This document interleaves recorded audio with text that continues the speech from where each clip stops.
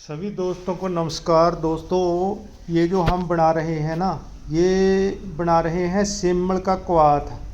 सिमल आपको आपके आसपास सिमल का वृक्ष मिल जाएगा, लेकिन बड़े वृक्ष का जो है अ, इतना अच्छा काम नहीं करता बड़ा वृक्ष। छोटे जो सिमल के छोटे वृक्ष होते हैं ना, तो उनकी जो मूसली बनाई जाती है, तो इसको सिमल मूसली बोलते हैं। तो इसका कवाथ बनाते हैं हम। काफ़ी दवाइयों में पड़ता है, जैसे हमारे पुष्पतन व रस में भी पड़ता है। इसके अलावा ये आज का जो बना रहे हैं हम कामदेव चूर्ण के लिए, तो कामदेव चूर्ण को ये सिमल के कवाथ की कम से कम 21 भावनाएँ देनी है। 21 भावनाएँ देनी है हमने इसको। खस की खस बोलते हैं, वो पंसार स्टोर से आपको आसानी से मिल जाती है। तो इससे जो है हमारे कामदेव चूर्ण का रिजल्ट बहुत अच्छा मिलता है।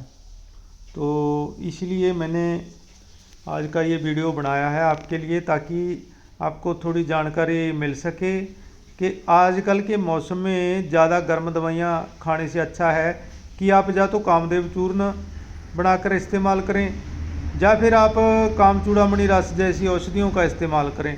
तो इनसे प्रॉपर तरीके से आपकी समस्या का हल हो जाएगा। तो कामदेव चूर्ण में जैसे अश्वगंधा है, कौच है, और सतावर है, खरेंटी के बीज हैं, तो केसर है। तो सभी औषधियों का कॉम्बिनेशन बहुत ही अच्छा है, और इसके परिणाम भी बड़े ज़बरदस्त मिलते हैं, और कलर भी बहुत अच्छा बनता है। जब इसको पूरी भावनाएं आ जाएंगी तो इसका बहुत ही अच्छा प्यारा कलर निकल के आएगा। और बनाया बिल्कुल थोड़ी मात्रा में ही है हमने, क्योंकि केसर की वजह से कॉस्टली पड़ जाता है। तो आप इसको पिछले वीडियो में मैंने डाला है कि कैसे बनता है कामदेव चूर्ण, तो वहाँ से प्रॉपर तरीके से आप इसका देख लें फार्मूला, और इसको वैद्य मित्र ज़रूर बना कर रखें। गर्मी गर्मी अपने रोगियों को ज़रूर दें। जिनका वीर्य बिल्कुल पानी की तरह पतला हो गया है, तो ज़्यादा महंगी दवाइयाँ वगैरह नहीं खा सकते हैं, तो उनको महीने का 4-1 हज़ार का पड़ेगा ये। तो ये अच्छे परिणाम देता है। और इसकी मात्रा जो है 5 से 10 ग्राम तक सुबह खाली पेट और शाम को, तो इस तरीके से इसकी जो है मात्रा लेनी होती है। और इसके साथ खट्टे तले हुए चीज़ों के परहेज रखने होते हैं। अब बहुत से भाई जो हैं डर जाते हैं, तो थोड़ी सी भी समस्या आती है तो उनको मैं यही बताना चाहूँगा कि डरना किसी भी समस्या का हल नहीं है। अगर आप जितना डरेंगे तो उतनी आपको जो है लूटने वाले, जहाँ सोशल मीडिया पे भी बहुत बैठे हैं, वैसे भी आजकल तो इस तरह के क्लिनिक, तरह तरह के क्लिनिक हर जगह हो गए हैं। तो लोगों का कोई एक्सपीरियंस, कोई तजर्बा नहीं होता है। बस जिसको जैसी दवाइयाँ थोड़ी बहुत उनको आती हैं, तो उसी तरह की दवाइयाँ वो अपने रोगियों को दे देते हैं।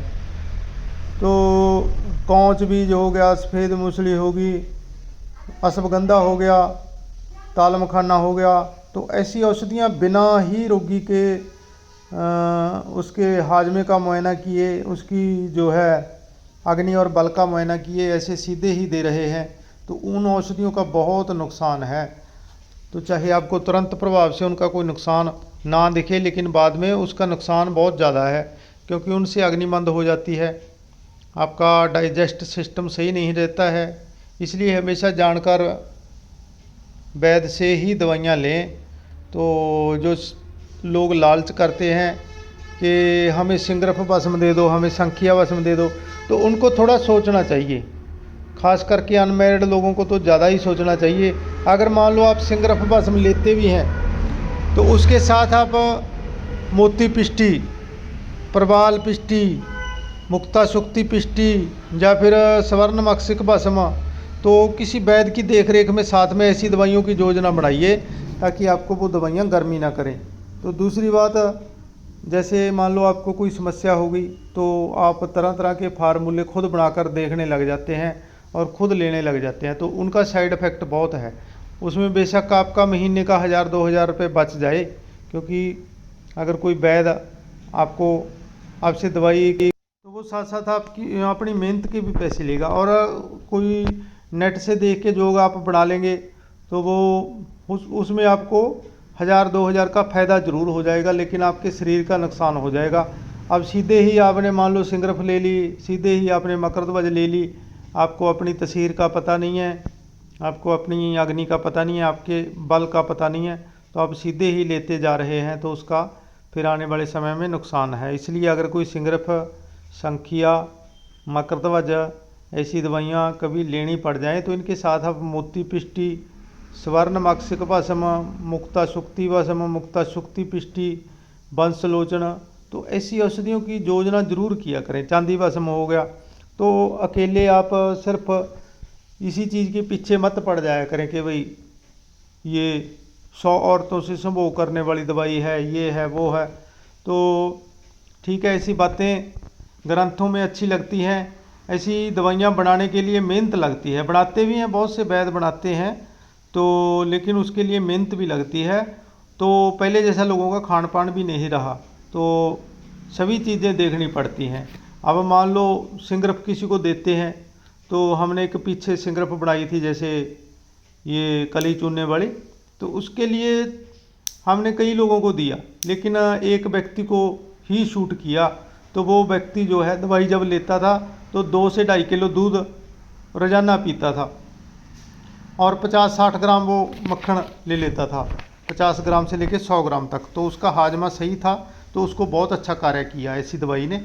तो सर्दियों में ही वो दवाइयाँ शूट करती हैं। तो आजकल अगर वो देनी हो तो उनकी मात्रा भी फिर सेट करनी पड़ती है, उसके साथ कोई मोती पिष्टी वगैरह ठंडी औषधि की योजना जरूर करनी पड़ती है। इसलिए आपसे यही निवेदन है कि कोई भी दवाई आप बनवाएं तो सेहत से कीमती कुछ भी नहीं है।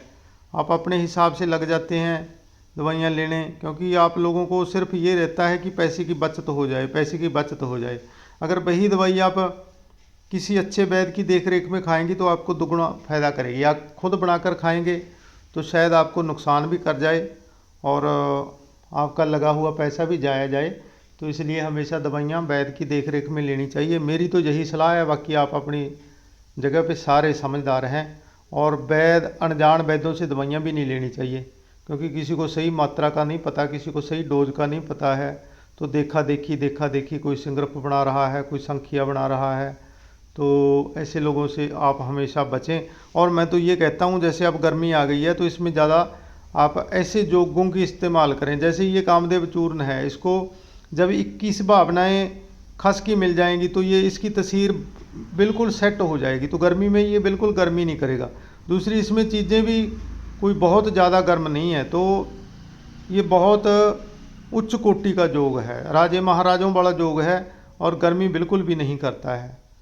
तो ऐसे योग आप बनाएं। अगर इसका पूरा प्रॉपर फार्मूला देखना चाहते हैं तो 2 से 3 वीडियो छोड़ के, शायद इससे लास्ट वाला वीडियो ही हमने डाला था, उसमें पूरी विधि और पूरी जानकारी बताई है। तो आज तो मैं कुछ बातें करने के लिए कि चलो अपने यूट्यूब फैमिली से कुछ बातें कर लें, कुछ सलाह मशवरा दे दें, तो इसलिए मैंने ये जो है छोटा सा वीडियो बना लिया और इसके साथ साथ आपको कुछ सलाह मशवरा भी दे रहा हूँ। तो शायद उम्मीद है आपको पसंद आएगा।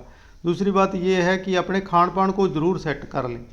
जैसे कच्ची लस्सी होगी, ज़्यादा से ज़्यादा पिएं, नारियल पानी ज़्यादा से ज़्यादा पिएं, फलों का जूस लें, खूब फल खाएं, पानी ज़रूर ज़्यादा से ज़्यादा पिएं, तो पौष्टिक आहार लें, वर्जिश करें, दिन में एक्सरसाइज करें, अपने शरीर को 20-30 मिनट, आधा घंटा का समय ज़रूर दें, तो सारा दिन शरीर आपका उस उत्साह में रहेगा। अगर सुबह 1 घंटा भी आप अपने शरीर के लिए निकाल लेते हैं, चाहे कोई मेडिटेशन करें, चाहे कोई एक्सरसाइज करें, चाहे आप सुबह की सैर करें, तो अपने शरीर के लिए थोड़ा बहुत समय ज़रूर निकालिए। बाकी तो आप इस चैनल से जुड़े हुए हैं तो आपका बहुत बहुत आभार है। तो वीडियो को शेयर ज़रूर किया करें और अच्छे अच्छे कमेंट किया करें। तो आज का ये जोग बस मैंने सिर्फ आपको कुछ बातें करने के लिए ही ये साझा किया है। तो ये सेमल को उनका कवाथ बना रहे हैं, तो इसकी भावना दी जाएगी। 21 भावनाएँ सेमल की देते हैं, 21 भावनाएँ खस की देते हैं, तो हमारा कामदेव चूर्ण जो है रेडी हो जाता है। तो अगर आप मंगवाना चाहें, बनवाना चाहें तो आप बता सकते हैं, क्योंकि कुछ ही लोगों के लिए बनाते हैं, बहुत ही स्पेशल योग है, समय काफ़ी लग जाता है। आपको पता ही है, जैसे एक भावना 3-4 दिन में दी जाती है, तो अभी तो हमारा प्रोसेस लगभग लास्ट की तरफ चल रहा है। तो अभी कुछ दिनों में बन जाएगा, तैयार हो जाएगा। तो आप बनवाना चाहें तो आप इसको बनवा सकते हैं। तो आप सभी का बहुत बहुत आभार, बहुत बहुत धन्यवाद।